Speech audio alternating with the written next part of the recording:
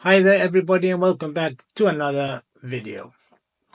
Well, today I'll be telling you something about black and white fine art.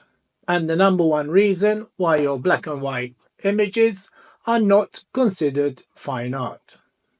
And most people don't realize that the secret to making your black and white photos truly fine art lies in one simple technique.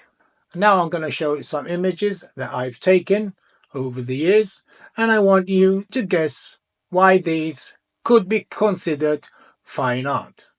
I'm not saying that they are truly fine art because everyone has their own opinion. After I'll be showing you an editing tutorial on how to create fine art images in black and white. But this method can also be used in color images also. And to all those who have not subscribed to my channel, well, what are you waiting for?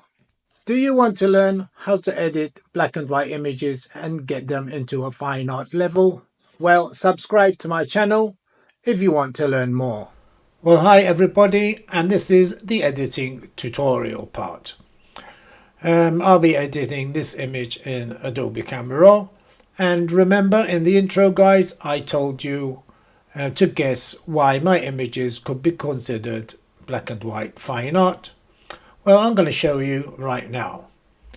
This is an image I took with a normal exposure of around 1/25 of a second. And as you can see, it's a color image and it's just a normal exposure. For me, this image will not be considered fine art. Now I'm going to show you another image with an exposure of around 89 seconds. That's about 1.5 minutes. And it's a long exposure, and this image for me could be considered fine art. So the difference between not being a fine art image and the fine art is just one simple technique, and that is taking your images in long exposure. So remember everybody, if you want your images to have that fine art look, well, just take them in long exposure. And for me, a good exposure, for long exposure I mean, is roughly around 2 minutes. Well, I'm going to show you the tutorial part now, and we'll be editing this image. We'll be editing it in color, full color, and then we'll be taking it over to Photoshop. As you know, my normal method of transforming it to black and white is in Photoshop, as I never use the black and white button up here. It just gives you a flat image. Well, the first thing that we're going to do, everybody, is I'm going to change the profile to Adobe Landscape.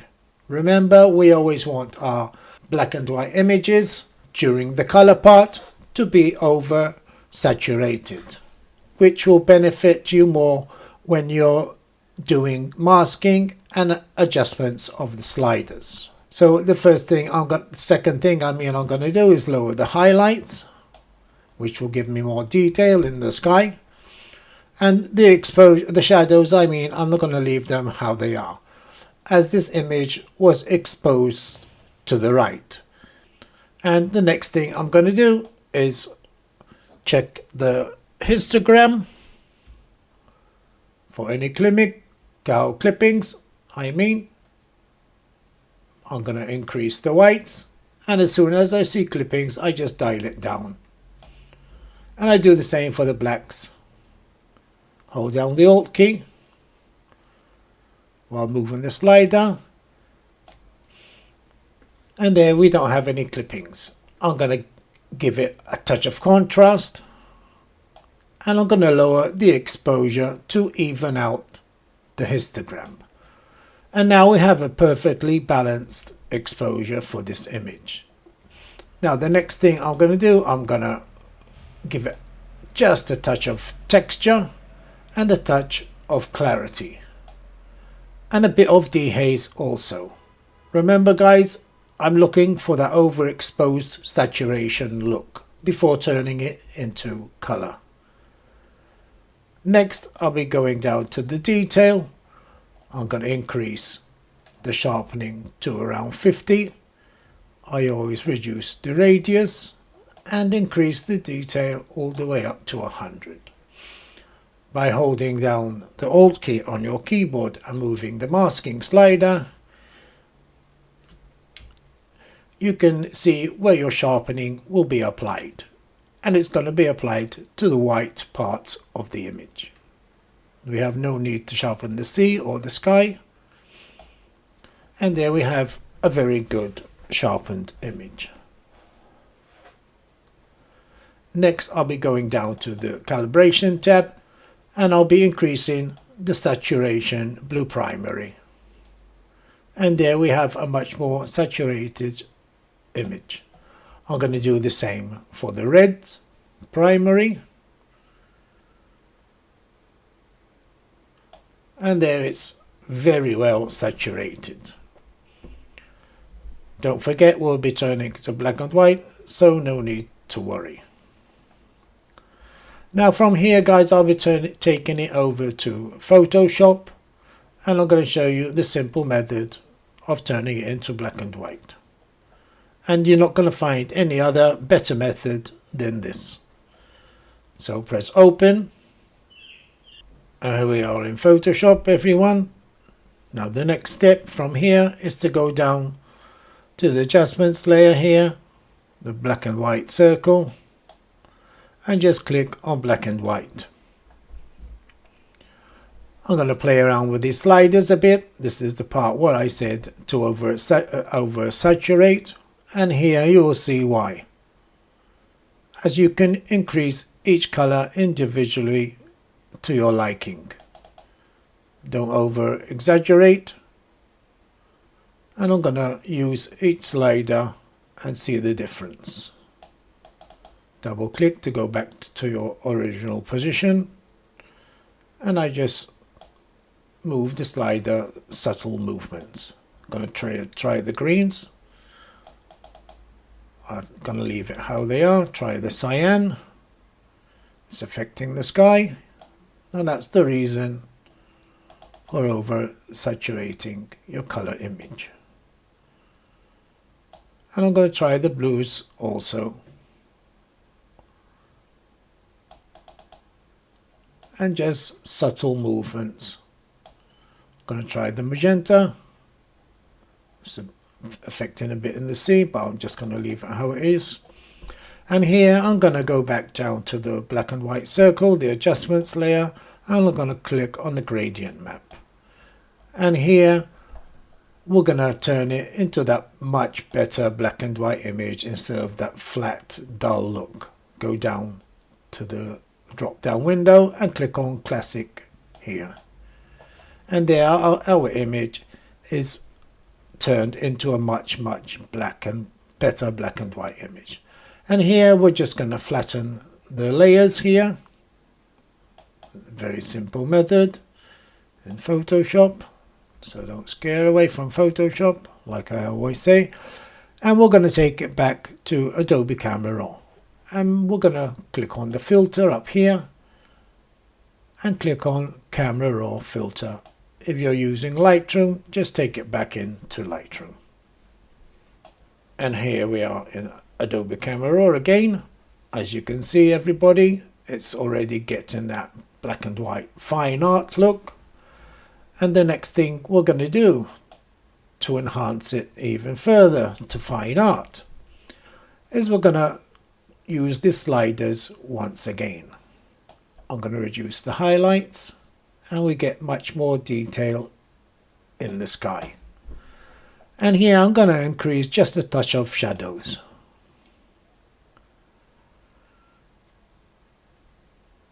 To around there. I'm going to leave the other sliders how they are, as we don't have any clippings on the histogram. And here we're going to start with the masking, which is another point of turning your black and white images or even color images into fine art. Click on the masking button, And the first thing we're going to do is use the linear gradient. And we're going to darken the sky with a gradient from the top nearly all the way down to the horizon. And here I'm going to reduce the exposure. I always use two linear gradients, one for the most part of the sky and another one just for the top part of the sky. And again, I reduce the exposure. I'm going to do the same with a linear gradient for the foreground, but just use one linear gradient. And I'm going to darken just a touch. The next thing I'm going to do, everyone, is I'm going to use a radial gradient and I'm going to place it over Valletta skyline. This is taken in Malta, my homeland. And here I'm going to increase the exposure just a bit. I'm going to open up a bit more and increase the exposure just a touch. Next, from here I'm going to use a brush, everyone, and I'm going to start doing some dodging and burning. I'm going to increase a touch of exposure. I use my feathering all the way up to 100, as you can see here, and the flow and the density also. And I'm going to start by dodging on these rocks here. As you can see, the source of light was the left side of the screen here, and I'm going to enhance the whiter parts of the image.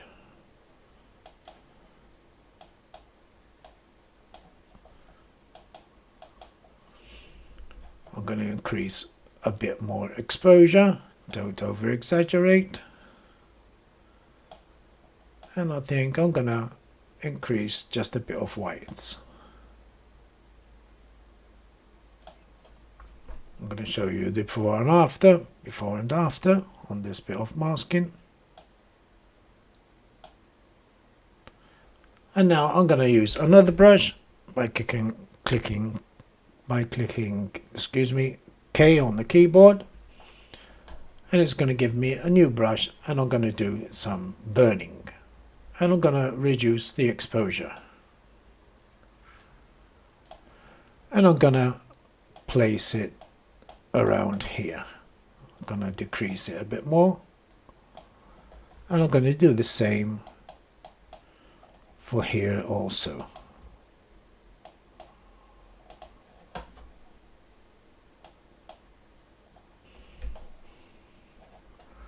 And there we have our dodging and burning ready. So the next thing I'm going to do, guys, is I'm going to use another radial gradient, and I'm going to place it outside of the image to where the sun was. I always take my shots without the sun in the picture, in the image. And I'm gonna go all the way down like this, and here I'm gonna increase the exposure to about there, just a touch. And I'm going to go down to the dehaze slider, and I'm going to use minus dehaze.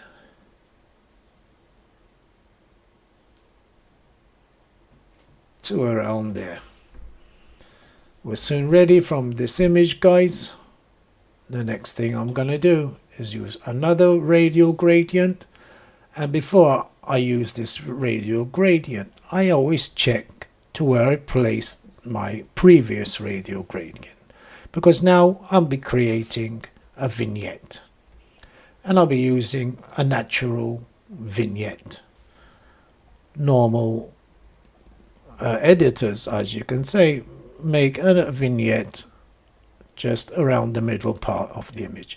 But I place the vignette where the source of light, the direction of light was. And here I'm gonna place it exactly to where the first radial gradient was. I mean, it doesn't have to be precise, everybody, to around there. And here, as we know, we always invert the vignette and we reduce the exposure.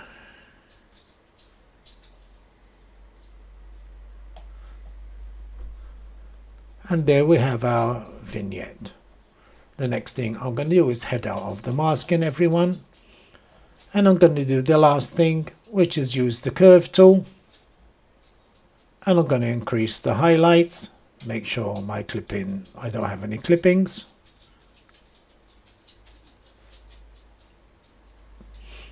And I'm going to increase the lights as well to around there. I'm going to reduce it a bit, the highlights. And there we should be okay. I'm going to reduce the image size.